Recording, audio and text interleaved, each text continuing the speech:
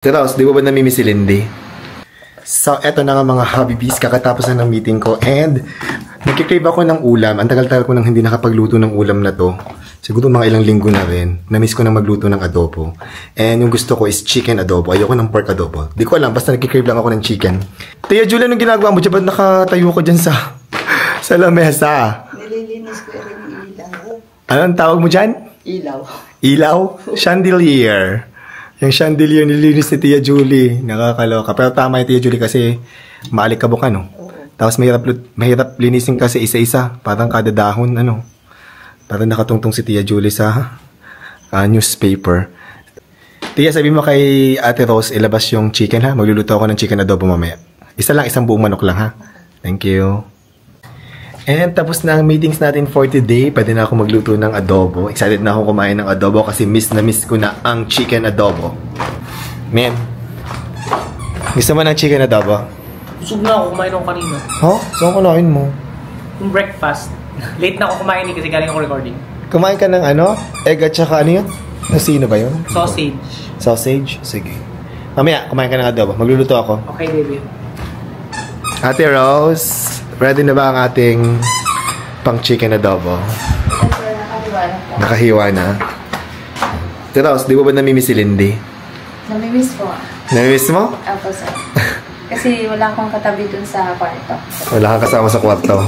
Eh, pero dito naman siya pag weekends pag may pasok siya, di ba? Ako, sir.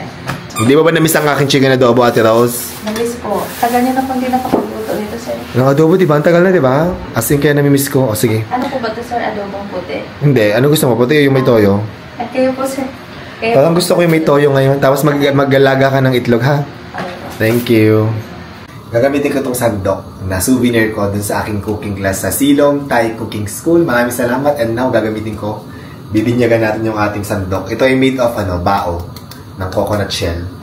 So, mag-start na tayo magluto ng adobo. Sa akin, yung nagpapasarap sa adobo ay maraming bawang yan. Tsaka lalagyan ko ng sibuyas. Yung iba, hindi naglalagay ng sibuyas kasi yun yung original na adobo. Pero sa akin, okay lang. Mag-mix na tayo. Ang ganda ng bao ate Rose. Ang gandang gamitin. After mag-isa ang bawang sibuyas, ilagay na natin ang isang buong manok na hiniwa niya, na chinap ni Ate Rose. So may kanya-kanya tayong style ng pagluluto ng adobo. Ako naman ito yung method ko sa pagluluto. Kung gusto nyo yung gayahin, try nyo guys. For me, ito yung method na gustong-gusto ko yung lasa kapag naluto. Pag nagtubig na yung ating chicken, sa ating chicken adobo, lalagyan ko na muna yan ng paminta. Lagyan din natin ng bay leaves. At syempre, gagamit tayo ng ating paboritong select soy sauce. At pag nagluluto ako ng adobo, filling method. Tansya-tansya lang. Kailangan na pag satisfied na ako sa kulay ng sabaw, okay na yun. Sa adobo ko, naglalagay din ako ng tamis. Kasi gusto ko may konting sweetness. Kaya nilalagyan ko ng brown sugar. Tansya-tansya lang din. Kung gusto nyo lagyan ng sugar, pwede. Kung ayaw nyo, okay lang din naman. At dahil wala si Lindy, Ate Rose, alam mo na, pwede kami maanghang. So, lagyan na natin para kumapit yung anghang. 2 sili lang, pinapitry ko kay Ate Rose. Kasi gusto namin sa adobo namin ay maanghang. Ayan, malapit na maluto. Sarap po pag maanghang. Yes, masarap pag maanghang. At malapit na maluto ang adobo natin. Sa mga 10 minutes before siya maluto, lalagyan na natin ng select cane vinegar. So, lagay lang natin na ganyan. Tansyahin nyo lang. Tapos, huwag nyo hahaluin, huwag nyo tatakpan. Huwag niyong gagalawin. Hayaan niyo lang siya for mga 5 to 10 minutes. And si Happy David, ang gusto niya sa adobo ay masabaw. Kaya gagawin natin ngayon ay may sabaw. Ayaw niya ng tuyo. So ito na yung mga niluto namin chicharon. Actually parang ngayon maliliit yung gawa namin. Tapos parang hindi masyadong nagbusa. Pero sana malutong.